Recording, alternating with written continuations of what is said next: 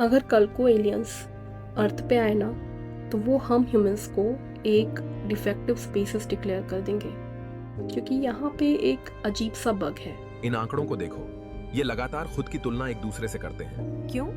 उनकी कार्यक्षमता घटती है और तनाव बढ़ता है। ये तार्किक नहीं है। तुम्हारी लाइफ परफेक्टली ठीक चल रही होती है, फिर तुम किसी और की लाइफ देख लेते हो और फिर तुम्हारी हैप्पीनेस हैंग हो जाती है। एलियन बोलेगा कि वेट, ये लोग ऑक्सीजन से जिंदा है या फिर वैलिडेशन से।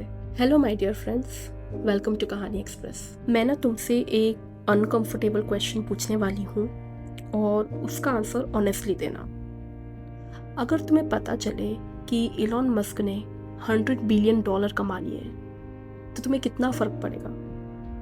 प्रोबेबली कुछ भी नहीं। अब इमेजिन करो कि तुम्हारा कोई दोस्त या कलीग जो तुम्हारे साथ लास्ट बेंच पे बैठा करता था, जिसके तुमसे कम मार्क्स आते थे, उसने अपनी कंपनी बेचकर 100 करोड़ कमा लिए।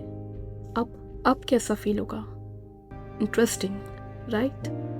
एक बिलियनियर की सक्सेस तुम्हें इतना डिस्टर्ब नहीं करती जितना तुम्हारे खुद के एक दोस्त की सक्सेस करती है। But why? ऐसा क्यों? एंड ट्रस्ट मी, इसका आंसर जेलसी नहीं है। एक्चुअली जो रीज़न है ना, वो कुछ और है। चलो एक एक्सपेरिमेंट करते हैं। सपोज करो कि तुम एक रूम में हो और तुम्हारी सैलरी है 1 लाख पर मंथ और बाकी सब लोगों की सैलरी है 50,000 पर मंथ। तो फिर तुम्हें कैसा फील होगा? Pretty good, right? Now you are entering into the second room. अब तुम एक दूसरे कमरे में गए और वहाँ पे तुम्हारी सैलरी है 1 लाख पर मंथ और बाकी सारे लोगों की सैलरी है 5 लाख पर मंथ। अब तुम्हें कैसा फील होगा?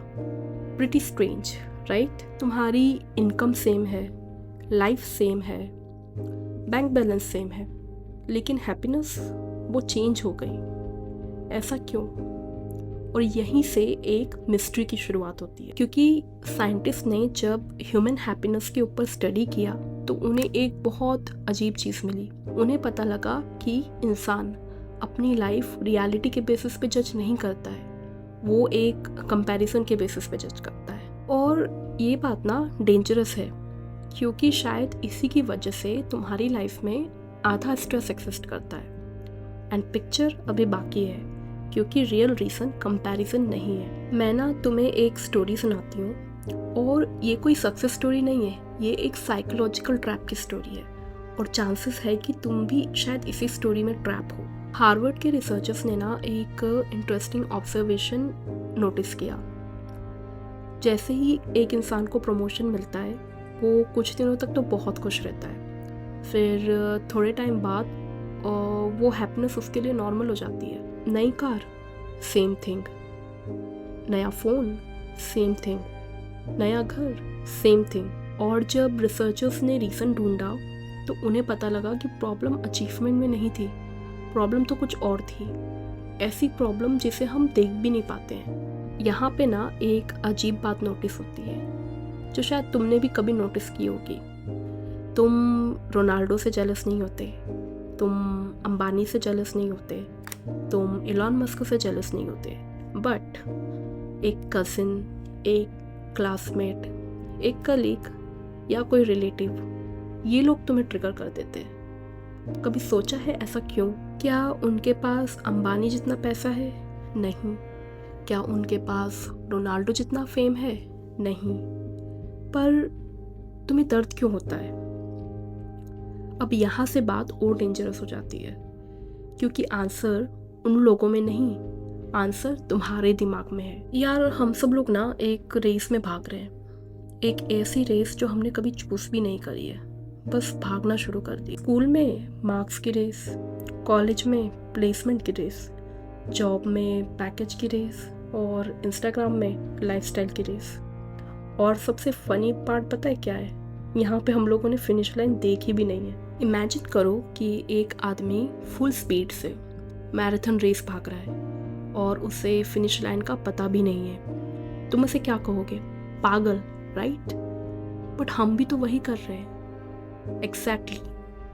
ओनली डिफरेंस इज कि वो इंसान रनिंग शूज में भाग रहा है और हम अपने स्मार्टफोन्स के साथ भाग रहे हैं। मैं ना तुम्हें 3 लोगों से मिलवाना चाहती हूँ और ध्यान से सुनना, क्योंकि इन 3 लोगों की ही कहानी में इनसिक्योरिटी का सीक्रेट छुपा है। पहला बंदा 21 साल में ग्रेजुएट हो गया है, 23 साल में उसकी जॉब लग गई, 22 में उसका प्रमोशन हो गया और 30 में उसका खुद का घर हो गया।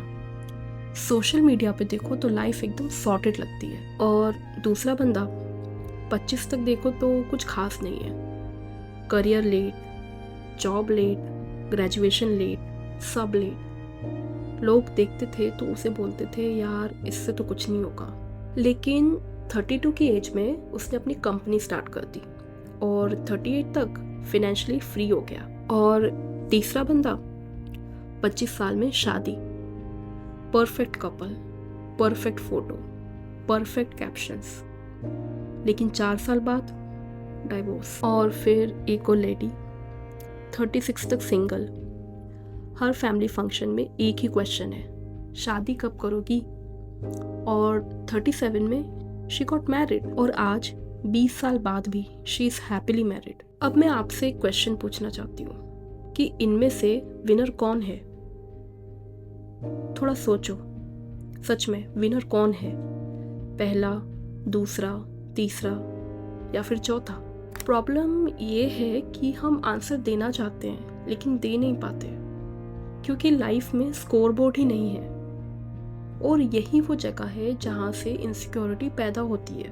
बचपन से ना हमें एक डेंजरस इल्यूशन बेचा गया, स्कूल में, कॉलेज में, सोसाइटी में, एक इनविजिबल स्क्रिप्ट। और स्क्रिप्ट ना ये कहती है कि 18 तक ये कर लो, 22 तक ये अचीव कर लो, 30 तक इसे खरीद लो और 35 तक सेटल हो जाओ। और अगर तुम इस स्केड्यूल से थोड़ा भी पीछे हुए ना तो तुम्हारा दिमाग इमरजेंसी मोड में चला जाता है। तुम्हें ये लगता है कि मैं लेट हो रही हूँ या हो रहा हूँ, सब आगे निकल गए, मैं पीछे रह गई। लेकिन यहाँ पे एक चीज़ नोटिस करना, किसी ने तुम्हें ये रूल्स ऑफिशियली बताए हैं? लाइक कोई रूल बुक मिली है तुम्हें, या कोई गवर्नमेंट डॉक्यूमेंट, या फिर कोई यूनिवर्सल टाइमलाइन? नहीं ना। फिर भी हम सब एक रेस में भाग रहे हैं। Interesting right? एक ऐसा गेम खेल रहे हैं जिसका रूल्स किसी ने कभी लिखा ही नहीं है। और फिर एक दिन तुम सोशल मीडिया खोलते हो तो फिर किसी फ्रेंड की इंगेजमेंट, किसी कज़िन की न्यू कार, और या फिर किसी क्लासमेट की कोई फॉरेन ट्रिप। और फिर तुम्हारा दिमाग क्वाइटली एक कैलकुलेशन स्टार्ट कर देता है। और वो कैलकुलेशन सक्सेस की नहीं होती है, कैलकुलेशन एज की होती है। और वो कैलकुलेशन ना कुछ इस तरीके की होती है, जैसे कि मैं 28 की हूँ, ये भी 28 की है, इसके पास सब कुछ है। और बस यही वो मोमेंट है जहाँ पे जेलसी शुरू नहीं होती, जहाँ से तुम अपनी लाइफ छोड़कर किसी और की टाइमलाइन में घुस जाते हो। और जब तुम किसी और की टाइमलाइन पे अपनी सक्सेस मेजर करते हो ना, तो एक बहुत अजीब सी चीज़ होती है। चाहे तुम कितना भी अचीव कर लो, पर तुम्हें हमेशा लगता रहेगा कि तुम लेट हो, क्योंकि रेस गलत नहीं है, बट रेस तुम्हारी है ही नहीं। और शायद इनसिक्योरिटी का बिगेस्ट सोर्स कंपैरिजन नहीं है, शायद इनसिक्योरिटी का बिगेस्ट सोर्स ये है कि लाइफ का कोई यूनिवर्सल स्केड्यूल होता है, और जब तुम खुद को उस स्केड्यूल से मैच नहीं करते हो ना, तो तुम खुद को फेलियर समझने लगते हो, जबकि रियलिटी ये है कि कोई स्केड्यूल कभी था ही नहीं। Thanks for watching. ये टॉपिक ना मैं बहुत टाइम से बोलने का सोच रही थी, because it's relatable to everyone including me. So please do like, share and subscribe अगर आपको लगता है कि ये वीडियो किसी की लाइफ में इम्पैक्ट क्रिएट कर सकता है, इवन आपकी लाइफ में।